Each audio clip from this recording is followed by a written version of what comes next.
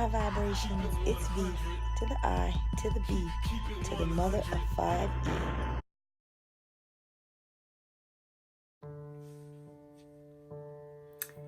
Alrighty, I'm back. I will be starting a new series, and the series is going to be called A Mother's Worst Fear, and it is something that I have experienced last month that was very mind-blowing, horrible, and I'm going to take you on the journey with me as I have done. I did a live every day that this happened on Facebook to keep everybody aware of what was going on, and also to have for my own video journal, because I was not going to be able to even think about picking up a camera and trying to video everything. So this is not how it's going to go.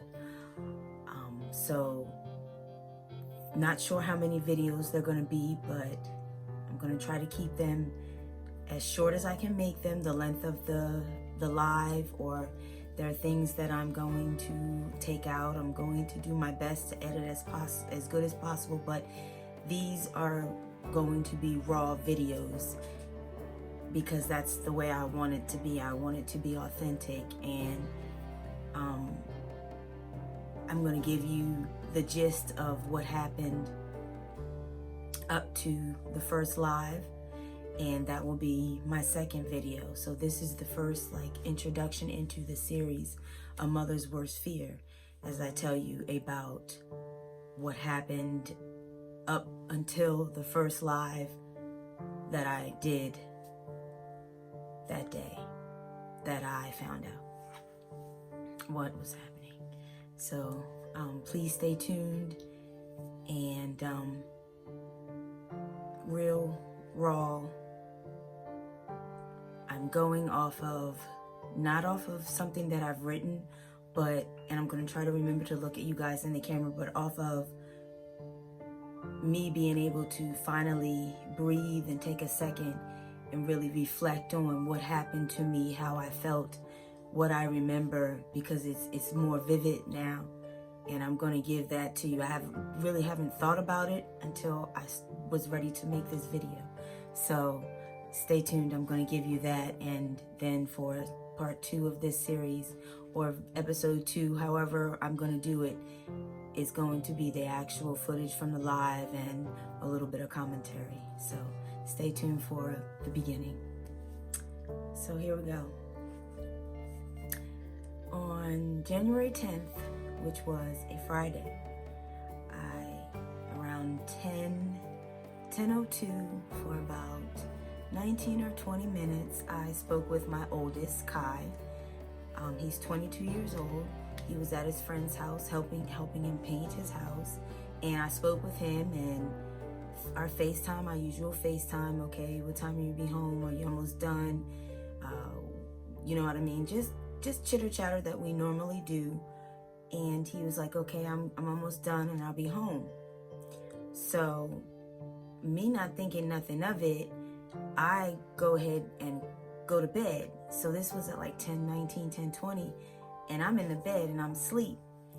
When I didn't go to sleep just yet, I knew my husband was going to pick up my 19-year-old newborn from work, and that was around 11:20. So by 10:30, 10:45, I was out. I was already asleep. So my husband, he's already home and in the bed, then picked newborn up. They're home. Their husband's in the bed with me. We're out, and newborn I guess he's in his room playing his game. So at about midnight, maybe something after midnight, I hear the door knock, and newborn comes in, and he says, Kai's been in a really bad accident. So instantly I just sit up. My heart starts beating, and I sit up and I say, okay, say that again, because I need it again. I need it again. I needed to hear it better this time. Kai's been in a really bad car accident. So I'm like, okay. I jump up and I say, okay, I'm close the door. I'm gonna get my clothes on and I'll be ready. And I looked over. My husband, when he sleep, he's out. He may not even have heard what I even said. So I just was like, okay, I'm not gonna deal with him. I gotta see what is wrong with Kai. I gotta see where he's at. I gotta get myself together. I gotta put my clothes on. So just putting my clothes on, and I thought about not even putting my bra on, but I was like, okay, no, I'm going out in public. I'm gonna put my bra on. I'm gonna put my bra on. So okay, I'm getting myself dressed. I didn't even brush my teeth. Didn't wash my face. I think I did splash some water on my face just to like refresh myself and give myself like a minute to be like, okay, this is what's going on. What do you need to do? What do you have to do? You have to find out where he is. So I go in, I'm done. I go in the living room, well, into the kitchen, and Newborn is in the kitchen, and he's telling me that Kai's friend Valdo, who was in the vehicle with them, told him that Kai was at Lehigh Cedar Crest Hospital. So I'm like, okay. And stories were getting mixed around. So I thought that there was a head-on collision with a tractor trailer. That's what I thought at first. So I'm automatically, my heart is like dropping, and I'm really trying to stay focused and get the information that I need so that I know what's going on.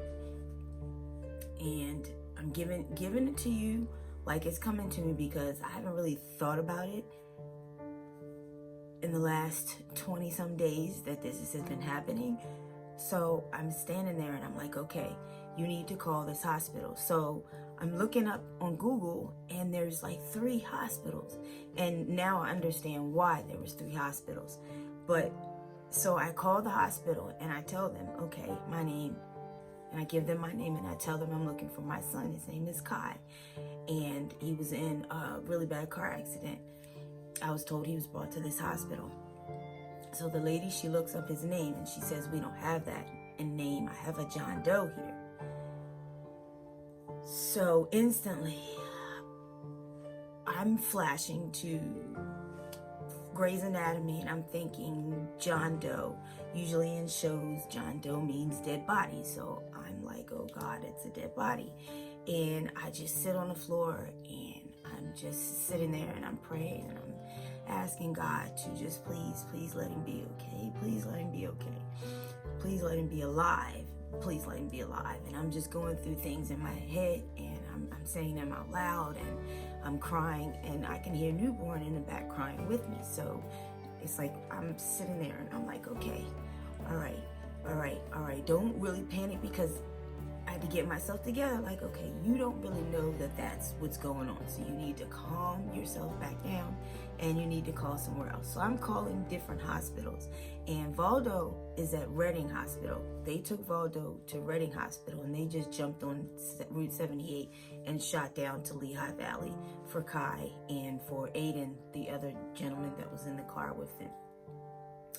So I am calling the different hospitals. Nobody has anybody by Kai's name. So I call Reading Hospital, and I ask her, and I tell her, and I'm like, ma'am, I do not know where my child is. I'm just trying to find out where my child is. I'm getting this news, and it's not from any police official. It's from somebody who was in the car. And she's like, okay, I'm gonna figure this out for you. And then she comes back, and she's like, I don't have him, but what you can do is call your local state trooper. So I called the state trooper for Hamburg, and he was telling me about the accident. He didn't really say anything about the accident, and he actually was like, I have Kai's wallet. He had some cash in it, so I got it, and I have it, and you can come pick it up, and I'll tell you more about what's going on. So I literally had to get myself together and prepare myself to drive.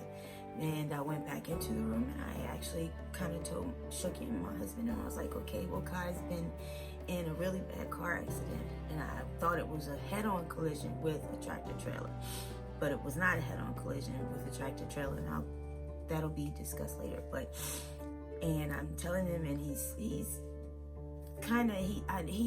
heavy sleeper.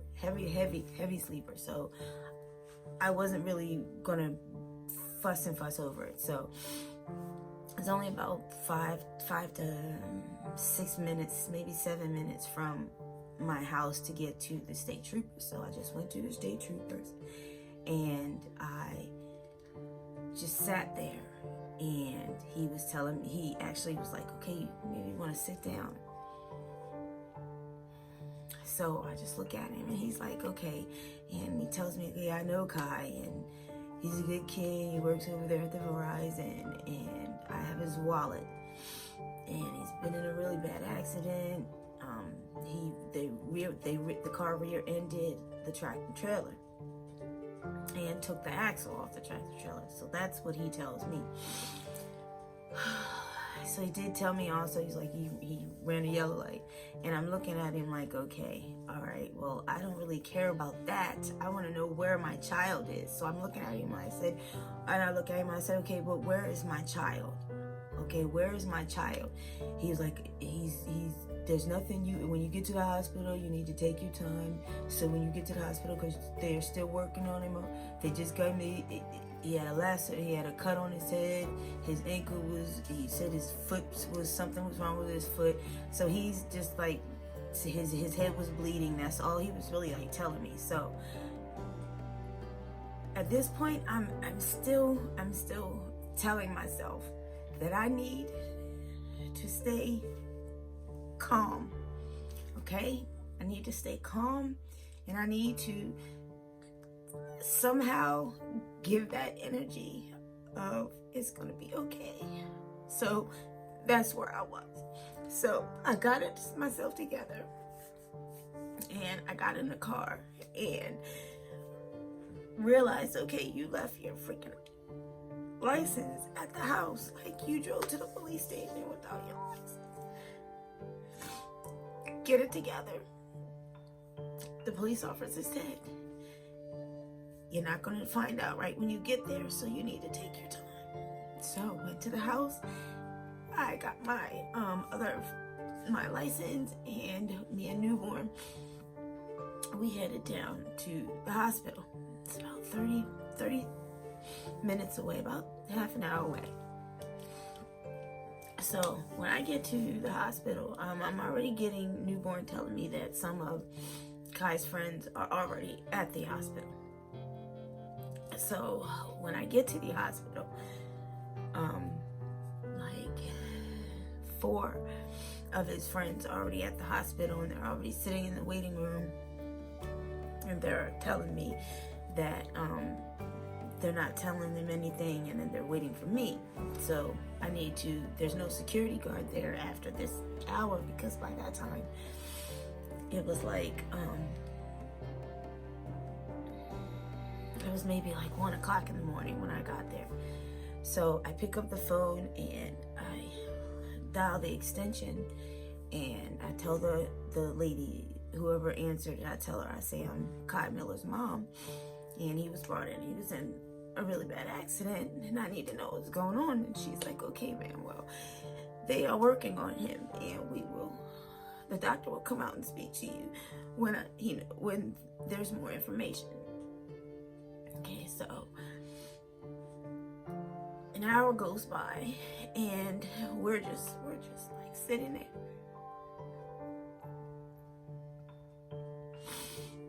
And everybody, all the kids, all his friends, it had to have been about 10 of them. These boys that I see come in and out of my house. And we're all just sitting there. And they're being so strong. They're being so strong for me. So I'm trying to sit there and not being strong. But every once in a while, because it was sinking in, it was like, okay, this is really happening. This is happening, okay. So I would just like cry a little bit, and then I would be okay. And I'm calling my family members, and they're like, okay, we're on our way. My sister, I called my papa on the way to the hospital, and I told him. And I didn't really expect him to come down, but he called me, and he was like, I'm on the way. From when I got to the hospital, my mom came, my sister came, my brother came, my stepfather, Kevin, came. So there were people there, and we were just sitting. Well, this was after I had actually done my first live. So I'm sitting there, and it's like drinking water, and an hour goes by.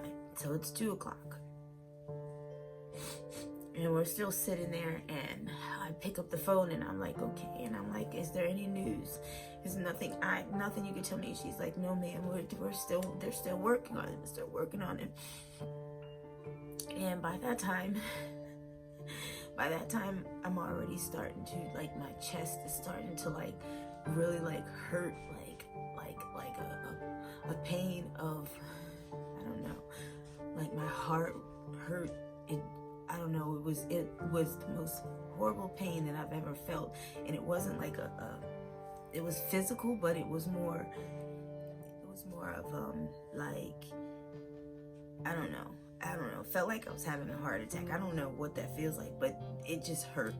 So that's when I just decided to, my family members weren't there yet, just the boys were there, the kids were there, his friends, and one of their girlfriends was there also.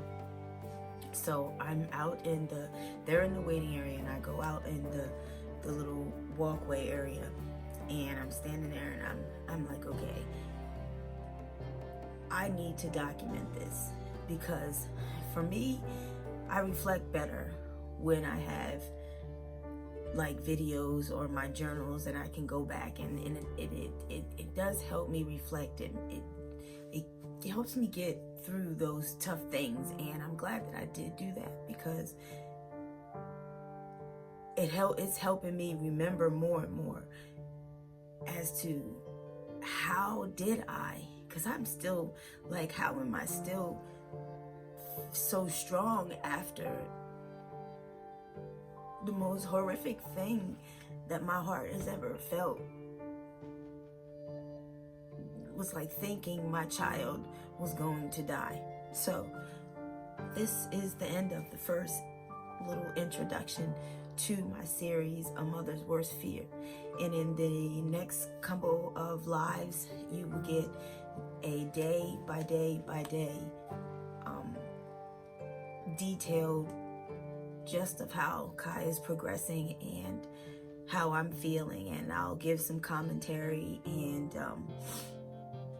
I'll do my best to the editing and all of that jazz, but I wanted this to be just real, raw. Stay tuned for that first live that happened on, the accident itself happened on January the 10th, which was a Friday. It happened around 10 p.m.